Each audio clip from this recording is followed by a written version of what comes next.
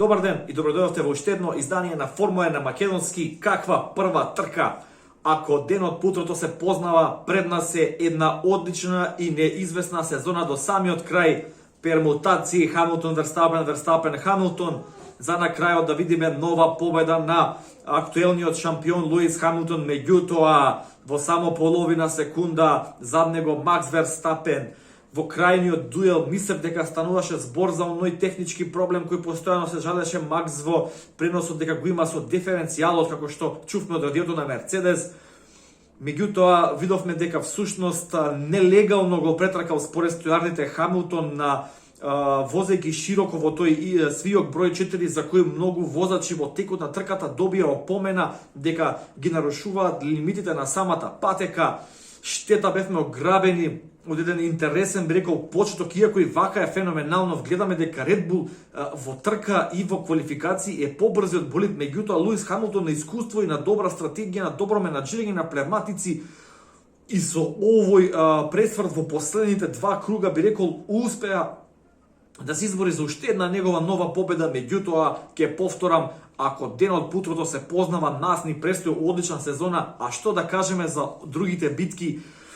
Многу мали разлики помеѓу Ферари, Мекларен и Алфа Таури, иако штета Гасли на почетокот го изгуби своето предно крило при мал контакт со Даниел Рикардо во Мекларен. Видовме одлични дуели помеѓу Фетел со Астон Мартин, Окон, Алонсо со Алпин.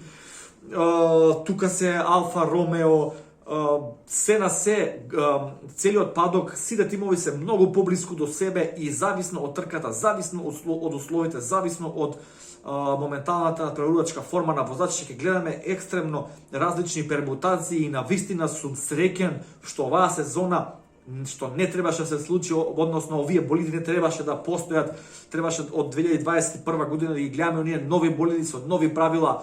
Сепак се случи и мислам дека ќе ни ја донесе до сега најтесната битка за титулата и најтесната битка за од трето место па натаму, зборам трето во конструктори, или би рекол, можеби ако подиумот да претпоставиме дека постојано ќе се менуваат возачите на Мерцедес и Red Bull, меѓутоа сигурен сум дека на подиум ќе ги видиме Мекларен, Ферари и многу други тимови.